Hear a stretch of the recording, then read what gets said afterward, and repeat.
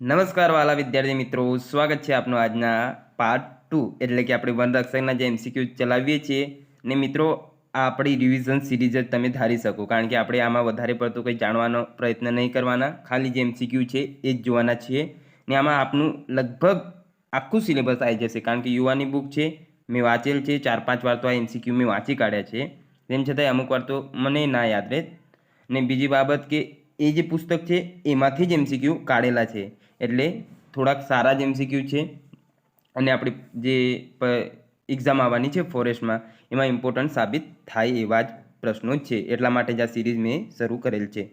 તો આ સિરીઝ આપને કેવી લાગી એવો અભિપ્રાય ચોક્કસથી જણાવજો. વધુ સમય નહીં લઈશ ને શરૂ કરીએ આજનો આ પ્રકરણ. આપણે રોજ જે 200 એમસીક્યુ જોવાના છે, કારણ કે વધારે એમસીક્યુ લઉં તો વિડીયો લાંબો થઈ જાય છે, એટલા માટે. તો આજનો પ્રથમ એમસીક્યુ છે આપણો, વીજળીનો ચમકારો એ કયા જૈવ રાસાયણિક ચક્ર સાથે જોડાયેલ ઘટના છે? આ ખાસ યાદ રાખવું, નાયબ સેક્શન અધિકારી 2018માં પૂછાયેલ છે. અત્યારે પ્રશ્ન મહત્વનો લાગે છે તો નાઇટ્રોજન ચક્ર વીજળીના ચમકારા સાથે સંકળાયેલ છે. ત્યારબાદ આગળ જોઈએ, વાયુમંડળમાં નાઇટ્રોજનનું નાઇટ્રેટમાં સૂક્ષ્મજીવો દ્વારા વિઘટન થાય તેને શું કહેવાય? તો વિનાઇટ્રીકરણ. મૃત વનસ્પતિ તથા પાણીના કાર્બનિક પદાર્થનું સૂક્ષ્મજીવો દ્વારા એરોબિક વિઘટન થવાથી શું બને છે? તો સલ્ફેટ SO4 2- ને આ એનએરોબિક. યાદ રાખો, એરોબિકમાં સલ્ફેટ SO4 2- ને એનેરોબિકમાં સલ્ફાઇડ H2-. મૃત વનસ્પતિ તથા પ્રાણીના કાર્બનિક પદાર્થનું સૂક્ષ્મજીવો દ્વારા એનોરોબિક વિઘટન થવાથી શું બને છે? તો સલ્ફાઇડ H2-. ત્યારબાદ આગળનું આપણું પ્રકરણ છે, પ્રકરણ નહીં ટોપિક છે, ન્યુટન તંત્રના પ્રકાર. ન્યુટન તંત્રના મુખ્ય પ્રકારો કેટલા છે અને કયા કયા? તો 2, કુદરતી અને કૃત્રિમ. કુદરતી ન્યુટન તંત્રના પેટા પ્રકારો કેટલા છે અને કયા કયા? તો 2, સ્થળીય અને જલીય. ત્યારબાદ ન્યુટન તંત્રના વસવાટના આધારે પ્રકાર. તો સ્થળીય ન્યુટન તંત્રમાં છે જંગલ, જે સ્થળ પર રહેતા હોય તે, ઘાસના પ્રદેશો હોય, અર્ધશુષ્ક પ્રદેશો, ટુંડ્રા પ્રદેશ એટલે કે જે આપણે બરફ આચ્છાદિત પ્રદેશ હોય ને ત્યાં, રણ પ્રદેશ, પર્વતો. ત્યારબાદ જલીય ન્યુટન તંત્રમાં સમુદ્ર, નદી, નદીનો મુક્ત ત્રિકોણ પ્રદેશ, તળાવ, સરોવર, જલપ્લાવિત જમીન વગેરેનો સમાવેશ આમાં થતો હોય છે. ત્યારબાદ સ્થળીય ન્યુટન તંત્રને આપણે ડીપમાં થોડુંક અભ્યાસ કરીશું. તો સ્થળીય ન્યુટન તંત્રમાં પ્રાથમિક ઉત્પાદક તરીકે કોણ હોય છે? તો મૂળ ધરાવતી વનસ્પતિઓ, કારણ કે મૂળ ધરાવે તે પ્રકાશ સંશ્લેષણ કરે. પ્રાથમિક ઉત્પાદક ને પ્રાથમિક ઉપભોક્તા તો આપણે જે શાકાહારી વનસ્પતિઓ અથવા તીડ એ ગણી શકીએ છીએ. એ યાદ રાખવું, પ્રાથમિક ઉત્પાદક મૂળ ધરાવતી વનસ્પતિઓ. જલીય ન્યુટન તંત્રમાં પ્રાથમિક ઉત્પાદક તરીકે કોણ હોય છે? તો લીલી શેવાળ, કારણ કે પ્રકાશ સંશ્લેષણ કરી ખોરાક બનાવે છે. કયા ન્યુટન તંત્ર સ્થળીય ન્યુટન તંત્રના ઉદાહરણ છે? તો આમાં ખાસ જોવું, ટુંડ્રા પ્રદેશનું ન્યુટન તંત્ર. આ યાદ રાખવું, આપણને અટવાઈ જાય કે ટુંડ્રા કદાચ પાણીમાં આવતું હોય, એવી રીતે નહીં થવું જોઈએ. ટુંડ્રા એ આપણે જે બરફ આચ્છાદિત પ્રદેશ હોય ત્યાં જોવા મળતી વનસ્પતિ છે, મારી જાણકારી પ્રમાણે. જંગલો અને વન ન્યુટન તંત્ર, ઘાસના મેદાનો, મરુસ્થલીય અને રણ ન્યુટન તંત્ર. ત્યારબાદ આગળના એમસીક્યુમાં જોઈએ, ટુંડ્રા પ્રકારનું ન્યુટન તંત્ર કયા સ્થળ પર જોવા મળે? તો ઉત્તર અને દક્ષિણ ગોળાર્ધ તેમજ ઊંચા પર્વતોની ટોચ પર, કારણ કે ત્યાં બરફ છવાયેલો હોય. ટુંડ્રા શબ્દનો અર્થ થાય છે ઉજ્જડ જમીન. ટુંડ્રા ન્યુટન તંત્રના પ્રકાર, તો આર્કટિક ટુંડ્રા અને આલ્પાઇન ટુંડ્રા. એનો અર્થ યાદ રાખી લેવો, શું થાય? ઉજ્જડ જમીન, ત્યાં કંઈ પણ ઉત્પાદન ના થાય. વિશ્વનું સૌથી મોટું સ્થળીય ન્યુટન તંત્ર કયું છે? તો ટેગા. તે પૃથ્વીના 29% ભાગ જેટલો ભાગ જંગલો ધરાવે છે. ત્યારબાદ પારિસ્થિતિકી અનુસાર રણ પ્રદેશના પ્રાણીઓને શું કહેવાય? તો ઝેરોકોલ. યાદ રાખવું, આપણને ખ્યાલ ના હોય, પારિસ્થિતિકી અનુસાર રણ પ્રદેશના પ્રાણીઓને ઝેરોકોલ કહેવાય. રણમાં ઉગતા છોડને શું કહેવામાં આવે? તો ઝેરોફાઇટ્સ. આ યાદ રાખવું. રણને આગળ વધતું અટકાવવા માટે કયું વૃક્ષનું વાવેતર કરવામાં આવે છે? તો ગાંડા બાવળ. ત્યારબાદ દક્ષિણ અમેરિકાના પંપાજના ઘાસના મેદાનોને સર્વાધિક વિસ્તાર કયા દેશમાં ફેલાયેલ છે? તો આર્જેન્ટિના. પાર્કલેન્ડ નામના ઉષ્ણકટિબંધીય ઘાસના મેદાનો ક્યાં આવેલા છે? તો આફ્રિકા. યાદ રાખવું. ઘાસના મેદાનોમાં ઇકોલોજીકલ ઉત્તરાધિકારના ભાગ તરીકે વૃક્ષોના કારણે ઘાસનું સ્થાન લેતા નથી. તો વૃક્ષો ખાલી જગ્યાના કારણે ઘાસનું સ્થાન લેતા નથી. તો પાણીની મર્યાદા અને આગના કારણે. ત્યારબાદ કૃત્રિમ નિવસન તંત્રનું નામ જણાવતો પાક વાવેતર. આપણે એ નિવસન તંત્ર બનાવીએ છીએ પાક વાવીને. એશિયા અને યુરોપમાં આવેલા ઘાસના મેદાનને કયા નામે ઓળખવામાં આવે છે? તો સ્ટેપી. આગળ જોઈએ, ઉત્તર અમેરિકા અને કેનેડામાં ઘાસના મેદાનોને આ યાદ રાખો, ઇમ્પોર્ટન્ટ આ કોષ્ટક છે. ઉત્તર અમેરિકા અને કેનેડા પ્રેરી, આફ્રિકા વેલ્ડ, એશિયા અને યુરોપમાં સ્ટેપી, દક્ષિણ અમેરિકા પંપાજ, ઓસ્ટ્રેલિયા ડાઉન્સ, ન્યૂઝીલેન્ડની કેડબરી. એવી રીતે યાદ રાખો, ન્યૂઝીલેન્ડની કેડબરી, ઓસ્ટ્રેલિયા ડાઉન થઈ ગયું, એવી રીતે યાદ રાખવું. તો આ થોડી ઘણી ટ્રીકો છે. એમ તો ટ્રીકો જ ના કહેવાય, પણ આમ આપણે મેચિંગ કરી શકીએ. હંગેરીમાં ઘાસના મેદાનને ઉસ્ટાજ કહેવાય, બ્રાઝિલમાં કેમ્પોસ, વેનેઝુએલા, તો આમાં છેલ્લે લા છે તો અહીંયા લાથી શરૂ થાય છે, તો એવી રીતે યાદ રાખવાનું, વેનેઝુએલા તો લાનોસ. આગળ જોઈએ, કયા નિવસન તંત્ર જલીય નિવસન તંત્ર છે? તો સરોવર નિવસન તંત્ર, ઝરણા અને નદીઓના નિવસન તંત્ર, દરિયાઈ નિવસન તંત્ર, એટલે જેમાં પાણીનો સમાવેશ થતો હોય તે નિવસન તંત્ર જલીય નિવસન તંત્ર કહેવાય.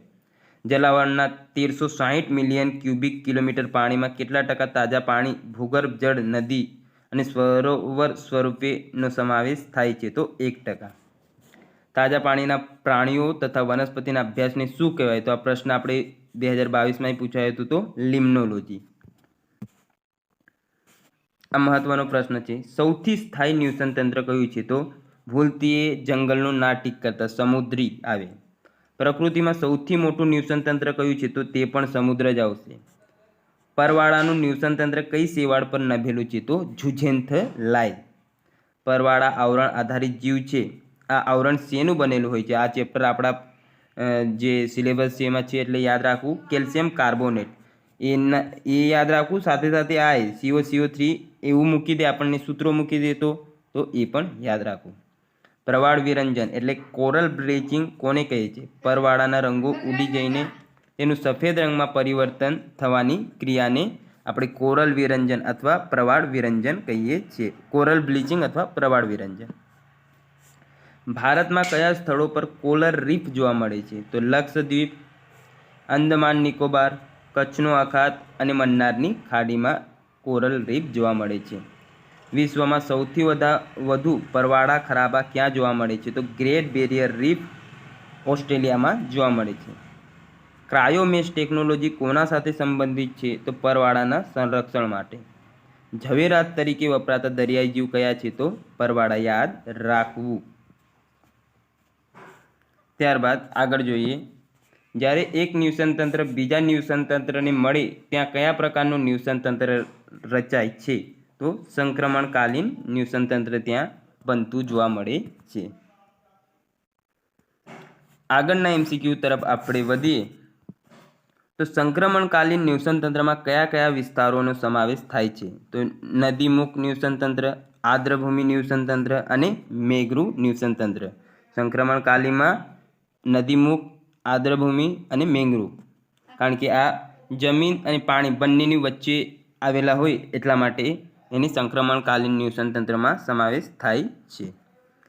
નદીમુખ નિવસન તંત્રની ક્ષારતા કેટલી હોય છે? તો 0.5 થી 30% PPT પાર્ટ્સ ની વચ્ચે હોય છે. કયા પ્રકારનું નિવસન તંત્ર પર્યાવરણની કિડની કહેવાય છે? આ ખાસ યાદ રાખવું. આર્દ્રભૂમિ નિવસન તંત્ર પર્યાવરણની કિડની. અને સ્થાયી સૌથી વધારે કયું હોય? તો સમુદ્રનું. ખાલી જગ્યાએ જલીય અને સ્થલીય નિવસન તંત્રની વચ્ચે સંક્રમણ વિસ્તાર છે તો આર્દ્રભૂમિ. ત્યારબાદ દેશમાં કુલ કેટલા ભૌગોલિક ક્ષેત્રફળના ભાગમાં આર્દ્રભૂમિ આવેલ છે? તો 4.86%. આગળ જોઈએ, પૃથ્વી પર આર્દ્રભૂમિના સંરક્ષક તરીકે જાણીતો વૃક્ષ? તો મેંગ્રુવ. કયા વૃક્ષો ખારાશ સહન કરવાની શક્તિ ધરાવે છે? તો મેંગ્રુવ વૃક્ષો. મેંગ્રુવ વૃક્ષો વિશ્વના કયા વિસ્તારમાં જોવા મળે છે? તો વિષુવવૃત્તીય રેખાની નજીક, ઉષ્ણકટિબંધીય તથા ઉપ ઉષ્ણકટિબંધીય ક્ષેત્રોના તટ વિસ્તારો, નદીમુખ ડેલ્ટા પ્રદેશોમાં, કારણ કે ત્યાં જમીન અને પાણી ભેગું થતું હોય તો ત્યાં જ જોવા મળશે, એટલે થોડુંક લોજિક લગાવી લેવાનું આપણે. ત્યારબાદ વિશ્વમાં કેટલા પ્રકારના મેંગ્રોવના વૃક્ષો જોવા મળે છે? તો 4. કાલાસ એવી રીતે યાદ રાખવું ને એક બટનવુડ જાડી પ્રકારનો આવે. કાલાસ એવી રીતે યાદ રાખજો તો કાળા, લાલ ને સફેદ એમ યાદ રહી જાય. બટનવુડની જાડી આકાર અથવા જાડી આકારના, આ તો એક્સ્ટ્રામાં યાદ રહી જાય, પણ આ કાલાસ એવી યાદ રાખશો તો આપણને ઓપ્શનમાં તકલીફ ના પડે. ભારતના કયા વિસ્તારમાં મેંગ્રોવના વૃક્ષો જોવા મળે છે? તો ગુજરાતમાં જોવા મળે. જે પણ દરિયા કિનારે રાજ્યો આવેલા છે તેમાં જ જોવા મળે. તમિલનાડુ દરિયા કિનારે, મહારાષ્ટ્ર, ગોવા, કર્ણાટક, કેરળ, પશ્ચિમ બંગાળ, ઓડિશા, આંધ્રપ્રદેશ એમ સમુદ્રી કિનારા ધરાવતા 9 રાજ્યો તથા આંદામાન નિકોબાર, લક્ષદ્વીપ, પુડુચેરી એમ 3 કેન્દ્ર શાસિત પ્રદેશોના દરિયા કિનારા વિસ્તારોમાં જોવા મળે. તો આમ ટોટલ 12 થાય. આગળ વધીએ. ગુજરાતના કયા જિલ્લામાં સૌથી વધુ મેંગ્રોવ વૃક્ષો જોવા મળે છે? તો શંકાને સ્થાન વિના આપણે કરી દેવાનું કચ્છ સૌથી મોટું, સૌથી વધુ મેંગ્રોવ. ન્યુટન તંત્રના ઉતરતા ક્રમમાં ઉત્પાદકના નામ જણાવો. તો મેંગ્રોવ ઉતરતા ક્રમમાં સૌથી વધુ મેંગ્રોવ હોય. ત્યારબાદ ઘાસના મેદાનો, સરોવર, ત્યારબાદ મહાસાગર, કારણ કે મહાસાગરની ઉત્પાદકતા ઓછી હોય. ઉતરતા ક્રમમાં સૌથી ઉપર મેંગ્રોવ, ત્યારબાદ ઘાસના મેદાનોની, ત્યારબાદ સરોવરની અને મહાસાગરની. ગુજરાતના મેંગ્રોવ વિભાજિત ક્ષેત્ર તે આપણે જોવાના છીએ. આપણે ટકામાં જ યાદ રાખી લેવાનું. કચ્છમાં કેટલા ટકા છે? 67.97%, સૌથી વધુ. કચ્છનો અખાત, જામનગર, રાજકોટ, પોરબંદર, દેવભૂમિ, દ્વારકા, મરીન રાષ્ટ્રીય ઉદ્યાન અને અભયારણ્યો સહિતનો વિસ્તારમાં કેટલા છે? 20.06%. ક્રમમાં યાદ રાખી લેવાના. ક્રમમાં એટલે ક્રમમાં પૂછી શકીએ આપણને. કચ્છ, ત્યારબાદ કચ્છનો અખાત એમાં જ આવી જાય લગભગ, તો આપણે ગણીએ આમ તો.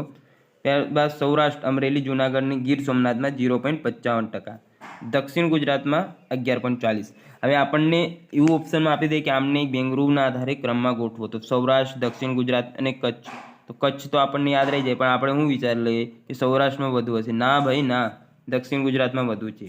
ભાવનગર, અમદાવાદ, આણંદ, ભરૂચ, વડોદરા, સુરત, નવસારી અને વલસાડ એમાં 11.40% છે. ધારો કે આપણે ભાવનગરને કાઢી મૂકીએ આમાં, ચાલો આ નહીં, અમદાવાદે નહીં, તેમ છતાં એ તો અમદાવાદ તો હવે મધ્ય ગુજરાતમાં જતો રહે.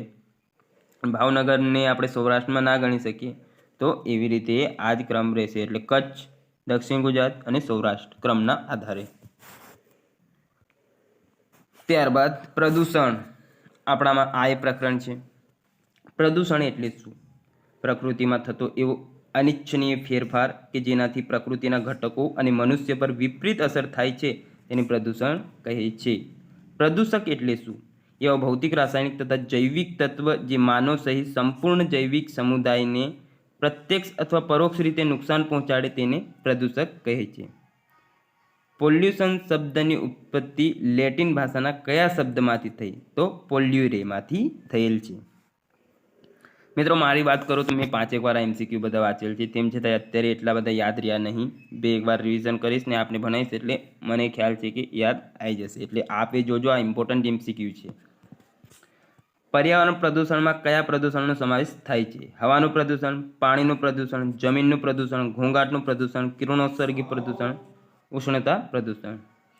સ્વરૂપના સ્ત્રોતના આધારે પ્રદૂષકોના કેટલા પ્રકાર છે? તો 2. પ્રાથમિક પ્રદૂષકો અને ગૌણ પ્રદૂષકો. ત્યારબાદ આગળ જોઈએ. ભારતમાં કેન્દ્રીય પ્રદૂષણ નિયંત્રણ બોર્ડ CPCB ની સ્થાપના ક્યારે થઈ? તો વર્ષ 1994.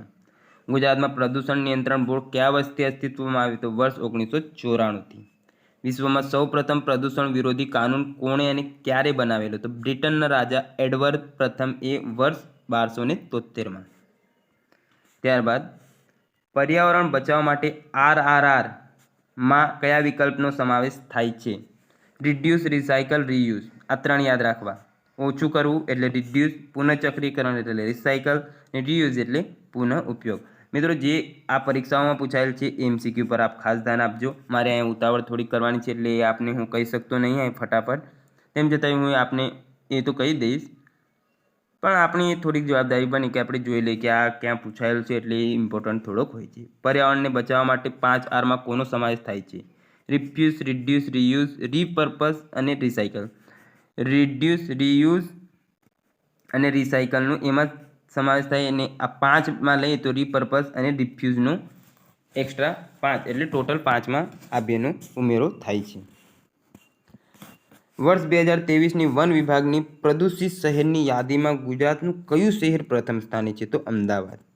ભારતમાં પ્રતિ વ્યક્તિ કેટલા ટન કાર્બન ડાયોક્સાઇડ એટલે કે CO2નું ઉત્સર્જન કરે છે? તો 1.8 મેટ્રિક ટન 2019 મુજબ. વૈશ્વિક માથાદીઠ કાર્બન ઉત્સર્જન કેટલું છે? તો વાર્ષિક 8 ટન. મહાસાગરમાં પ્રદૂષણ વધવા માટેનું મુખ્ય કારણ શું છે? તો વાહનોના ઉત્સર્જન, ઔદ્યોગિક વિસ્તારો અને કારખાનાઓ. શહેરી વિસ્તારોમાં પ્રદૂષણ ઘટાડવા અને લીલોતરીમાં વધારો કરવા માટે ગુજરાત સરકારની કઈ યોજના છે? તો નગર નંદનવન યોજના 2006થી. તો ક્યારથી શરૂ થઈ? 2006થી. કઈ છે? નગર નંદનવન. નંદનવન નહીં, નંદવન. વાયુ પ્રદૂષણ આગળનો ટોપિક. વાયુ પ્રદૂષણનો સૌપ્રથમ ઉલ્લેખ કોણે અને ક્યારે કરેલો? તો હિપોક્રેટિસ ઈસવીસન 400માં. વાયુ પ્રદૂષણ એટલે શું? તો વાતાવરણમાં કેટલાક હાનિકારક દ્રવ્યો અથવા વાયુનું પ્રમાણ એટલું બધું વધી જાય કે જે પર્યાવરણ માટે ઘાતક નીવડે તે પ્રક્રિયા.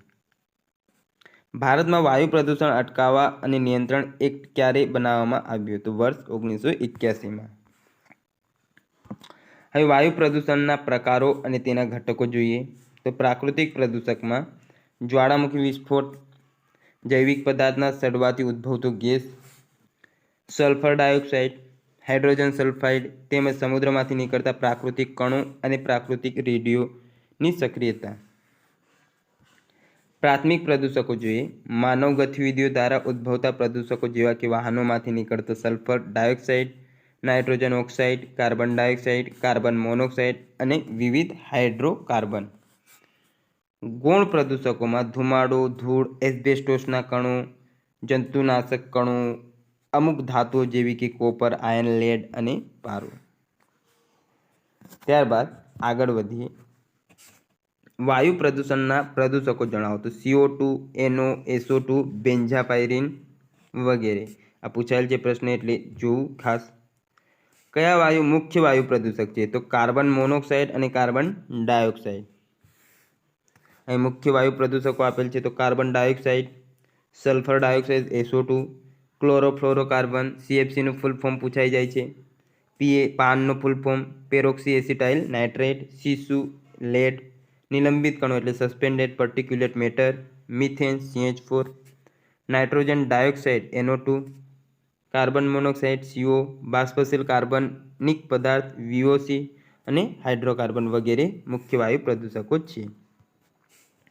એરોસોલ શું છે? તો નાના ઘન અથવા પ્રવાહીનું વાયુ સ્વરૂપમાં વિસર્જન. સુપરવાઇઝર ઇન્સ્ટ્રક્ટરમાં પૂછાયેલ છે એટલે ઇમ્પોર્ટન્ટ છે. જેટ પ્લેનમાંથી ઉત્સર્જિત પ્રદૂષક કયો છે? તો એરોસોલ. એરોસોલ કયા વાહન સાથે સંકળાયેલ છે? તો જેટ પ્લેન. વાહન નહીં કહી શકીએ કારણ કે ધુમાડો તો કરે જ છે. હવે આગળ વધીએ. ઈંધણના અપૂર્ણ દહન દરમિયાન હવામાં ઉત્સર્જન કરાશે કારણે સૌથી ખતરનાક પ્રદૂષક છે? તો કાર્બન મોનોક્સાઇડ. સર્વિસ સ્ટેશન પર મોટરકારોમાં પ્રદૂષણ ચકાસણીમાં વાયુની માત્રા માપવામાં આવે છે.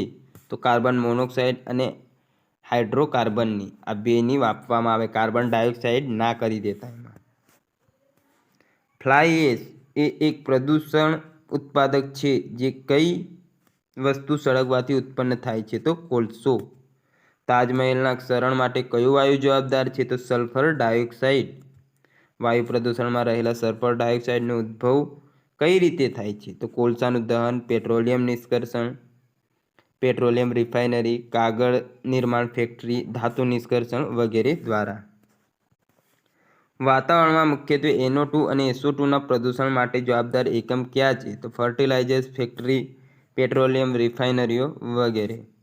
SO2 પ્રદૂષણકનો સૂચક જીવ વનસ્પતિ કોણ છે? તો લાઇકેન. આ યાદ રાખવું. પ્રદૂષણ પ્રત્યે સંવેદનશીલ છે લાઇકેન, એ પણ ખ્યાલ રાખવું.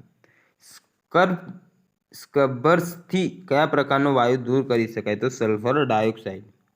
ક્લોરોફ્લોરોકાર્બન CFCના ઉત્સર્જનના સ્ત્રોત છે? તો refrigerator, air conditioner, spray, perfume, aerosol વગેરે. નાઇટ્રોજન ઓક્સાઇડનું ઉત્સર્જન મુખ્યત્વે શેના લીધે થાય છે? તો બળતણના દહન અને ખાતર નિર્માણ પ્રક્રિયા દરમિયાન. ખનિજ તેલથી ચાલતા વાહનો હવામાં કયા પ્રદૂષકો છોડે છે? તો carbon dioxide, sulphur dioxide, nitrous oxide, carbon monoxide અને અન્ય રજકણો. આગળ જોઈએ તો એમાં છે સ્વયં સંચાલિત વાહનો ધુમાડામાં સૌથી જોખમી ધાતુ પ્રદૂષક કયો છે? તો કેડમિયમ. એની સંજ્ઞા છે સીડી. ભારતમાં સીસા એટલે કે લેડ રહિત પેટ્રોલની પહેલીવાર શરૂઆત ક્યારથી થઈ? તો 1995થી. સ્મોગ શું છે? તો ધુમ્મસ અને ધુમાડાનું મિશ્રણ, તેને કહેવાય સ્મોગ. સ્મોગ કેવી રીતે બને છે? ધૂમ્રકણો ઉપર પાણી જામવાથી. ફોરેસ્ટ 2022માં પ્રશ્ન આ પૂછાયેલ છે. સ્મોગનું કારણ શું છે? તો કોલસાની રજકણો, ધૂળની રજકણો, પ્રદૂષકો અને તાપમાન ઉત્ક્રમણ. પ્રકાશ રાસાયણિક ધુમાડો કોના વડે થતા પ્રદૂષણનું પરિણામ છે? તો વાહનો. ફોટોકેમિકલ સ્મોગ પ્રકાશ રાસાયણિક ધુમ્મસ ઉત્પન્ન થયાનું મુખ્ય પરિબળ શું છે? તો ઓઝોન. એનું અણુસૂત્ર છે O3. આવું પ્રશ્ન પૂછી શકે કે ઓઝોનમાં ઓક્સિજનના કેટલા અણુ હોય? તો 3. મહાનગરોમાં રચાતા પ્રકાશ રાસાયણિક ગાઢ ધુમ્મસમાં મુખ્યત્વે શું હોય છે? ઓઝોન, પેરોક્સી એસિટાઇલ નાઇટ્રેટ અને NO2. ધુમ્મસની દ્રશ્યતા માપવા માટે શેનો ઉપયોગ થાય છે? તો ટ્રાન્સમિસોમીટર. યાદ રાખવું ખાસ. નૈસર્ગિક હવાઈ પ્રદૂષકોનો સમૂહ જણાવો. તો વનસ્પતિની પરાગરજ, લાવા પાટવાથી પથરાતા દ્રવ્યો અને SPM. પર્યાવરણની ચર્ચામાં SMP શબ્દનો ઉપયોગ થાય છે. SMPનો અર્થ સસ્પેન્ડેડ પર્ટિક્યુલેટ મેટર. યાદ રાખવું, suspended particulate matter. Compressed natural gas CNGમાં મુખ્યત્વે વાયુ હોય છે. કયો વાયુ હોય છે? તો એવી રીતે આંકવાનું. CM ચીફ મિનિસ્ટર, એટલે CNGમાં શું હોય? મિથેન. પ્રદૂષણ ફેલાતું અટકે તે માટે બળતણ તરીકે શાનો ઉપયોગ કરવામાં આવે છે? તો પ્રાકૃતિક વાયુ. બળતણોમાં હવા પ્રદૂષણની રીતે સૌથી વધુ શુદ્ધ કયું ગણાય? તો કુદરતી વાયુ. એ યાદ રાખવું. ગોબર ગેસમાં સૌથી જ્વલનશીલ ગેસ કયો હોય છે? તો મિથેન. ત્યારબાદના MCQ જોઈએ. વાતાવરણમાં મિથેન વાયુના ઉત્સર્જન માટે મુખ્યત્વે જવાબદાર છે? તો આર્દ્રભૂમિ. ઉદ્યોગોને આપવામાં આવેલ રંગ અનુસાર કયા રંગના ઉદ્યોગો સૌથી વધુ પ્રદૂષણ ફેલાવે? તો લાલ, રેડ એલર્ટ. ઇટાઈ રોગ શાનાથી ફેલાય છે? કેડમિયમ ધાતુ. આ યાદ રાખવું, ઇટાઈ કેડમિયમથી. CPCB central pollution control board.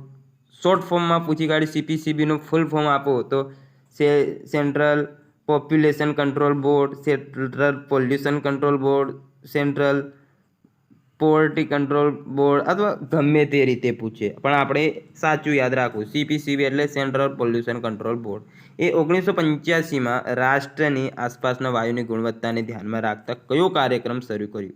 તો national ambient air quality monitoring programme, નાકમ. AQIનું પૂરું નામ? તો એર ક્વોલિટી ઇન્ડેક્સ. આવા શોર્ટ ફોર્મ એ પૂછાઈ જતા હોય છે, કારણ કે આપણે 21 જેટલા તો પેપરો નીકળવાના છે. 24x7 real time air quality index કોના દ્વારા રજૂ કરવામાં આવે છે? તો SAFAR, system of air quality and weather forecasting and research પ્રણાલી દ્વારા. પરિવેશી વાયુ ગુણવત્તા માપદંડ એમ્બિયન્ટ એર ક્વોલિટી સ્ટાન્ડર્ડમાં કયા વાયુઓ ધ્યાને લેવામાં આવે છે? તો carbon monoxide, sulphur dioxide, nitrogen dioxide, ozone વગેરે. AQI અંતર્ગત કેટલા પ્રદૂષકો એટલે કે પોલ્યુટન્ટની ઇન્ડેક્સ તૈયાર કરવામાં આવે છે? કયા? તો 8. PM10, PM2.5, NO2, SO2, CO, O3, NH3 અને PB. નાક્સ અંતર્ગત કુલ કેટલા અને કયા પ્રદૂષકોનો સમાવેશ થાય છે? કેટલા યાદ રાખવાના, બહુ મગજમારી કરવાની નહીં. નાક્સ અંતર્ગત 12, AQI અંતર્ગત 8. બીજા આપણે જોઈ લઈએ, હવે કરાવું છું. તો PM10, PM2.5, NO2, SO2, CO, O3, ammonia, lead, benzene, benzopyrene, arsenic, nickel વગેરે. સ્વચ્છ વાયુ સર્વેક્ષણ SVS રેન્કિંગમાં શહેરોએ સ્વમૂલ્યાંકન માટે કયા પોર્ટલનો ઉપયોગ કરવાનો રહેશે? તો પ્રાણ પોર્ટલ. પાણાનું ફૂલ ફોર્મ છે portal for regulation of air pollution in non attainment cities. તો આટલું મોટું ફૂલ ફોર્મ તો કંઈ પૂછાવાની સંભાવના નહીં.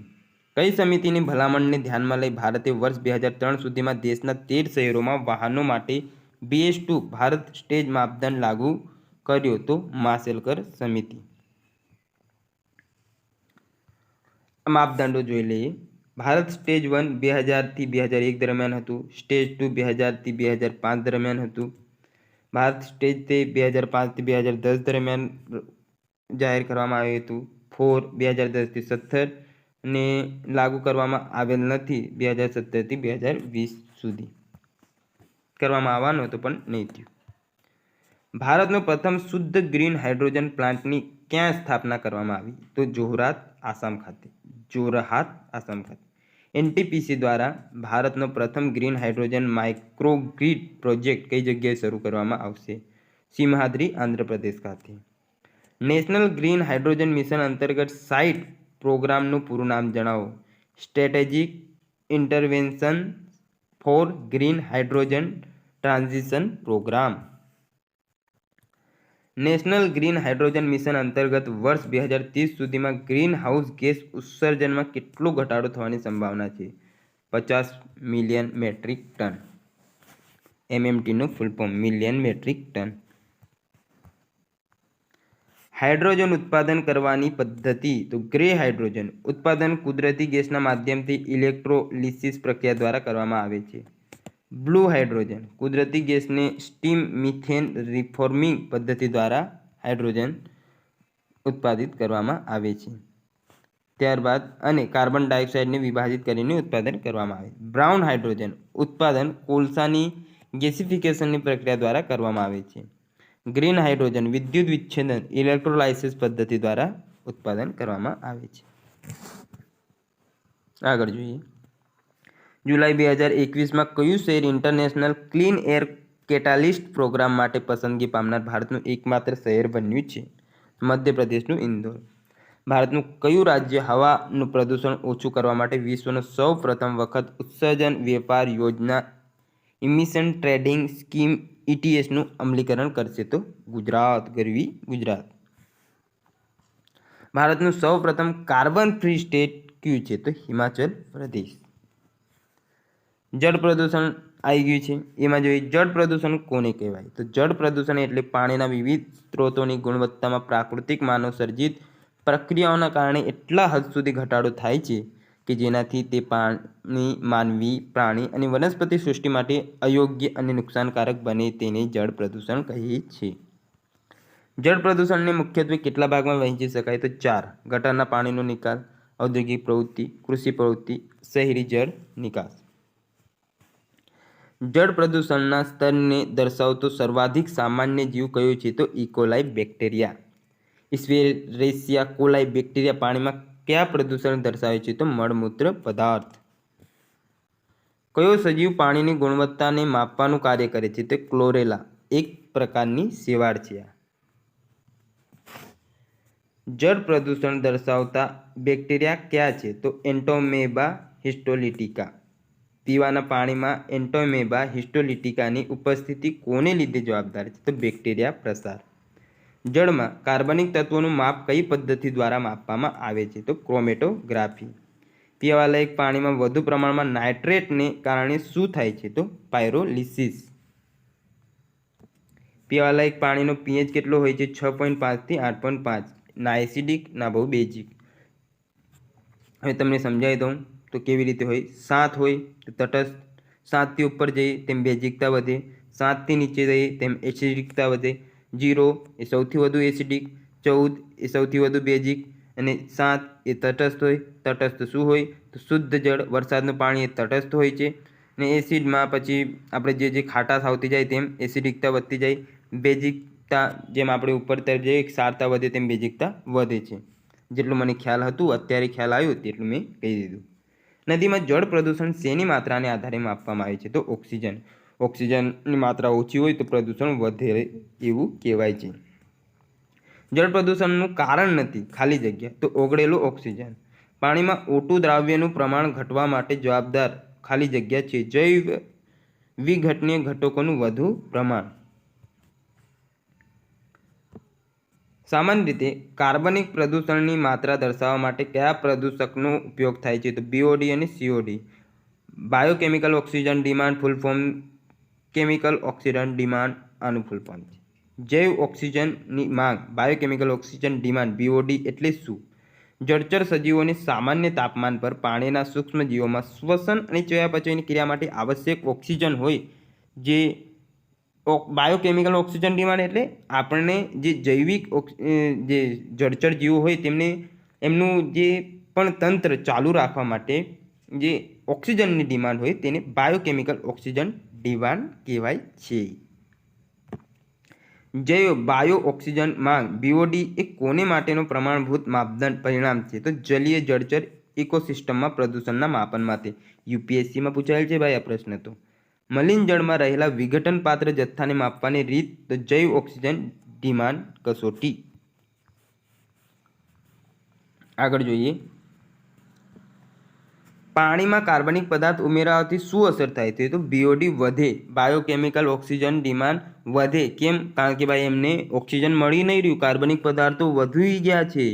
તો હવે એમને જે શ્વસન કંઈ પણ ચયાપચયની ક્રિયાઓ કરવી છે તો એની માટે ઓક્સિજન મળતું નથી, તો BOD વધશે. કેમ? કારણ કે બાયોકેમિકલ ઓક્સિજન ડિમાન્ડ વધે. રાસાયણિક ઓક્સિજનની માંગ એટલે શું? તો જળમાં ઉપસ્થિત કાર્બનિક પદાર્થોના ઓક્સીકરણ માટે આવશ્યક ઓક્સિજનની માંગને રાસાયણિક ઓક્સિજનની માંગ કહે છે. કેમિકલ પ્રાણવાયુ ડિમાન્ડ કેમિકલ ઓક્સિજન ડિમાન્ડ કયા કાર્ય માટે ઉપયોગમાં લેવામાં આવે છે? તો ગંદા પાણીમાં ઓર્ગેનિક ઘટકોને સડવા માટે પ્રાણવાયુની જરૂરિયાત જાણવા. એટલે કે કેમિકલને સડવા માટે જે ઓક્સિજનની જરૂરિયાત હોય તેને કહેવાય કેમિકલ ઓક્સિજન ડિમાન્ડ, જે જળમાં હોય તેને. પાછું, જળાશયમાં જૈવિક અવશિષ્ટ ધરાવતો ઘરગથ્થુ કચરો ભળવાથી શું થાય છે? તો ઓક્સિજનના અભાવથી માછલીઓનું મૃત્યુ. સપાટી પરના જળ પ્રદૂષણને શેનાથી નિયંત્રિત કરી શકાય? તો વનસ્પતિ પ્લવક દ્વારા. તો એ પ્લવકો ઉપરની તરફ હોય તો પ્રદૂષણ ઓછું થાય. કયો જીવાણુ કે જે સ્ટેરિક સંયોજનોનું વિઘટન કરે છે તે ખનિજ તેલના ગળતરના નિકાલ માટે ઉપયોગમાં આવે છે? તો સ્યુડોમોનાસ ફુટીડા.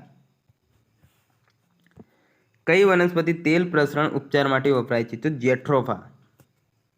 આ યાદ રાખવું, આ વર્ગ 1માં પૂછાય છે. કઈ વનસ્પતિ તેલ પ્રસરણ ઉપચાર માટે વપરાય છે? તો જેટ્રોફા. જળ સંચયમાં તેલના પ્રસરણ જેવા પ્રદૂષણોને દૂર કરવા માટે સૂક્ષ્મજીવોના ચયાપચયનો ઉપયોગ કયા નામથી ઓળખાય છે? તો બાયોરેમેડિએશન. બાયોરેમેડિસિયન ખ્યાલ નહીં, બાયોરેમિડિએશન. સંયુક્ત રાષ્ટ્રનું મિનામાટા સંમેલનને કયા પ્રદૂષક સાથે સંબંધિત છે? ઇમ્પોર્ટન્ટ. મિનામાટા નિગાટા પારો. જાપાનની મિનામાટા ખાડીમાં કયું પ્રાણી સજીવ મિનામાટા રોગથી મુક્ત રહે છે? તો સસલું. યાદ રાખો. કયા પ્રદૂષકની પાણીમાં હાજરીને કારણે બાળકોમાં નીલ વર્ણ શિશુનો રોગ થાય છે? તો નાઇટ્રાઇટ. આગળ વધીએ, કયા જળમાં ફ્લોરાઇડની માત્રા ખૂબ જ વધુ હોય છે? તો ભૂમિગત જળમાં. ભૂમિગત જળને પ્રદૂષિત કરનારનું અજૈવિક પ્રદૂષક કયું છે? તો આર્સેનિક. પ્લાસ્ટિકના લગતા ભાઈ. પ્રદૂષિત ભૂગર્ભ જળથી થયેલા આર્સેનિક ઝેરના પ્રભાવના અનેક ઉદાહરણ કયા રાજ્યમાં મળ્યા છે? તો પશ્ચિમ બંગાળ. હેલીબોર્ન સર્વે ટેકનોલોજી કોની સાથે સંબંધિત છે? તો ભૂગર્ભ જળના વ્યવસ્થાપન. ભૂગર્ભ જળ માહિતી વ્યવસ્થાની શરૂઆત ક્યારે કરવામાં આવી? વિશ્વ જળ દિવસ પ્રસંગે 22 માર્ચ 2010ના રોજ. 22 માર્ચના દિવસે જળ દિવસ ઉજવાય તે પણ યાદ રાખો. ભૂગર્ભ જળ માહિતી વ્યવસ્થાને કોના દ્વારા વિકસિત કરવામાં આવી છે? જળ સંસાધન મંત્રાલય હેઠળ કેન્દ્રીય ભૂગર્ભ જળ બોર્ડ તથા રાષ્ટ્રીય માહિતી વિજ્ઞાન કેન્દ્ર દ્વારા સંયુક્ત રીતે. સુપોષકતાકરણની ઘટના ક્યાં જોવા મળે છે? તો ઊંડા જળાશયોમાં. બ્લુ ફ્લેગ સર્ટિફિકેટ એટલે શું? બ્લુ ફ્લેગ સર્ટિફિકેટ ધરાવતા દરિયા કિનારાને દુનિયાના સૌથી ટકાઉ દરિયા કિનારા માનવામાં આવે છે, જે વિશ્વમાં માન્યતા પ્રાપ્ત વોલેન્ટરી ઇકો લેબલ છે. ભારતમાં સૌપ્રથમ કયા બીચને બ્લુ ફ્લેગ સર્ટિફિકેટ મળ્યું? ચંદ્રભાગા બીચ, ઓડિશા. યાદ રાખો. ગુજરાતમાં શિવરાજપુર, દેવભૂમિ, દ્વારકા. સ્વચ્છ સાગર સુરક્ષા સાગરનો ઉદ્દેશ્ય શું છે? તો ભારતીય દરિયાકાંઠામાંથી લગભગ 1500 ટન કચરો સાફ કરવાનો છે. જમીન પ્રદૂષણ એટલે શું? આ ટોપિક બદલાઈ ગયું. જમીન પ્રદૂષણ. સામાન્ય રીતે જમીનની ગુણવત્તા કે તેના પોષક તત્વોમાં થતા ઘટાડાને જમીન પ્રદૂષણ કહે છે. આગળ જોઈએ, જમીન પ્રદૂષણના કારણો જણાવો. તો રાસાયણિક ખાતરોનો અતિ ઉપયોગ, ખેતીમાં જંતુનાશક દવાનો ઉપયોગ, માટીનું ધોવાણ, બાંધકામ, વન વિનાશ તથા પશુઓનું અતિચરણ વગેરે. ડીડીટીનો છંટકાવ એ કયા પ્રકારનો પ્રદૂષણને ફેલાવે છે? તો હવા, પાણી અને જમીન ત્રણેયને. ડાયક્લોરો ડાયફિનાઇલ ટ્રાઇક્લોરોઇથેન ડીડીટીનું પૂરું નામ. એ કેવું પ્રદૂષક છે? તો અવિઘટનીય, વિઘટન ન પામે. પ્લાસ્ટિક એ પણ અવિઘટનીય. ડીડીટી શું છે? તેના શોધકનું નામ. તો જંતુનાશક પાઉલ હર્મેન મુલર. એસિડિક જમીનને તટસ્થ કરવા માટે ખેડૂતો જમીનમાં શેનો ઉપયોગ કરે છે? તો લાઇમ, ચૂનો, કેલ્શિયમ ઓક્સાઇડ, CaOનો એ છે. એસિડિક જમીનને તટસ્થ એટલે કે આપણે તટસ્થતા સાત લાવવાની છે, તેમાં લાઇમ. આલ્કલાઇન એટલે બેઝિક જમીનને તટસ્થ કરવા ખેડૂતો જમીનમાં શું ઉપયોગ કરે છે? જીપ્સમ, ચિરોડી પણ કહેવાય, CaSO4 × 2H2O. એનું યાદ રાખવું સૂત્ર, CaSO4 × 2H2O, CaSO4 × 2H2O. ત્રણ વાતો મેં કહી દીધું, આપ વિડીયો જોશો એટલે યાદ રહી જશે. રણીકરણ અને જો મિત્રો અહીંયા પાછું મેં MPA લખેલ છે એટલે એ ખાસ જોઈ લેવું તમે. રણીકરણ અને જમીન ક્ષરણ અટકાવવા માટે કેન્દ્ર સરકાર દ્વારા કયો પ્રોજેક્ટ શરૂ કરવામાં આવ્યો? તો અરવલ્લી ગ્રીન વોલ પ્રોજેક્ટ. હા, હવે ઇમ્પોર્ટન્ટ ક્વેશ્ચન આ છે. અરવલ્લી ગ્રીન વોલ પ્રોજેક્ટ કયા રાજ્ય પ્રદેશો સાથે સમાવેશ થાય છે? તો જો મિત્રો, હરિયાણા, રાજસ્થાન, ગુજરાત અને દિલ્હી. તો જેમાંથી આપણે અરવલ્લી પર્વતમાળા પસાર થાય છે તે રાજ્યો રાજસ્થાન, ગુજરાત, દિલ્હી અને હરિયાણા. આમ સીધી આપણે ગુજરાત અહીંયાથી આમ લઈ જઈએ એટલે અહીંયા જે પણ રાજ્યો છે, દિલ્હી આવી જાય, રાજસ્થાન આવી જાય અને હરિયાણા એ આપણું Gujarat. Aravalli green wall project હેઠળ અરવલ્લી પર્વતમાળાની આસપાસના કેટલા કિલોમીટર વિસ્તાર વનીકરણ દ્વારા ગ્રીન બફર વિસ્તાર બનાવવામાં આવશે? તો 5 કિલોમીટર. ધ્વનિ પ્રદૂષણ એટલે શું? ધ્વનિની પરિભાષા મૂલ્યહીન ધ્વનિ અથવા એવી ધ્વનિ કે જે વ્યાખી સાંભળવામાં અનિચ્છનીય લાગે તેને ઘોંઘાટ કહીએ. આ ઘોંઘાટ ધ્વનિ પ્રદૂષણ માટે જવાબદાર હોય છે. ધ્વનિ પ્રદૂષણનું માપન ડેસિબલમાં. ધ્વનિ તીવ્રતા માપવાનો એકમ ડેસિબલ કયા વૈજ્ઞાનિક દ્વારા શોધવામાં આવ્યો? તો ગ્રેહામ બેલ દ્વારા. ત્યારબાદ આગળ જોઈએ, પરિષદમાં અવાજને પ્રદૂષક તરીકે પ્રથમવાર સમસ્યા તરીકે ક્યારે ગણવામાં આવી હતી? તો વર્ષ 1972માં સ્ટોકહોમ સંમેલનમાં. સ્ટોકહોમ સંમેલન કયા વર્ષમાં થયું? એવું તો 1972 એવું કહી શકીએ. કયા સ્તરથી ઉપરનું સ્તર ધ્વનિ પ્રદૂષણની શ્રેણીમાં આવે? તો 80 ડેસિબલથી વધુ. ભારતીય અવાજ પ્રદૂષણ નિયમન અને નિયંત્રણ નિયમો 2000 પ્રમાણે ધ્વનિનું પ્રમાણ રહેણાંક વિસ્તારમાં રાત્રિ સમયે ખાલી જગ્યાથી વધુ ન હોવું જોઈએ. તો 45 ડેસિબલથી. આ ડેસિબલ એટલે ધ્વનિ આપણે માપીએ તેનું એકમ છે, તો યાદ રાખવું એ પણ ખાસ છે. બ્યુરો ઓફ ઇન્ડિયન સ્ટાન્ડર્ડ ધ્વનિ પ્રદૂષણના નિયંત્રણ મુજબ કોમર્શિયલ વાહનોમાં વપરાતા હોર્ન માટે મહત્તમ મર્યાદા કેટલી છે? તો 93 થી 112 ડેસિબલ. અવાજની તીવ્રતા, તેની આવૃત્તિ અને સાંભળવાની ક્ષમતા કેવા યંત્રો દ્વારા માપી શકાય? તો sound level meter, octave band frequency analyser, audiometer. શ્રાવ્ય ધ્વનિ એટલે શું? જે ધ્વનિની આવૃત્તિ 20 હર્ટ્ઝથી 20,000 હર્ટ્ઝ વચ્ચે હોય. અશ્રાવ્ય ધ્વનિ તો 20 હર્ટ્ઝ કરતાં ઓછી, અશ્રાવ્ય, સંભળાય જ નહીં. આવૃત્તિવાળી ધ્વનિને અશ્રાવ્ય ધ્વનિ કહીએ. પરાશ્રાવ્ય એક્સ્ટ્રા હોય. જે ધ્વનિની આવૃત્તિ 20,000 હર્ટ્ઝ કરતાં વધુ હોય તેને પરાશ્રાવ્ય ધ્વનિ કહેવાય. પછી જબરા, ચામાચીડિયું, કૂતરું, બિલાડી કેવા પ્રકારની ધ્વનિ તરંગો ઉત્પન્ન કરે છે? તો પરાશ્રાવ્ય ધ્વનિ 20,000 હર્ટ્ઝ કરતાં વધી. આપણે કઈ સાંભળી શકીએ? 20 થી 20,000 હર્ટ્ઝ વચ્ચે. ધરતીકંપ વચ્ચે ઉત્પન્ન થતા તરંગો કેવા પ્રકારના? તો અશ્રાવ્ય, 20 હર્ટ્ઝ કરતાં ઓછા. હવે આ જોઈ લઈએ. 0 ડેસિબલ શ્રવણ શક્તિનો પ્રારંભ અહીંથી થાય છે. ત્યારબાદ આગળ જોઈએ તો એમાં છે 20 ડેસિબલ પ્રસારણ સ્ટુડિયો અને ચૂપચાપ વાતચીતમાં વપરાતું હોય છે. લાઇબ્રેરીમાં એટલે પુસ્તકાલયમાં કેટલું હોય છે? તીવ્રતા 40 ડેસિબલ જેટલી. ટ્રાફિક ધ્વનિમાં 60 થી 90. સિમ્ફની ઓર્કેસ્ટ્રામાં 100 જેટલી હોય છે. હવાઈ જહાજનું ઉડ્ડયન અથવા બીટ સંગીત હોય તેમાં 120. રેડિયો સંગીતમાં 50થી 60 જેટલી હોય છે.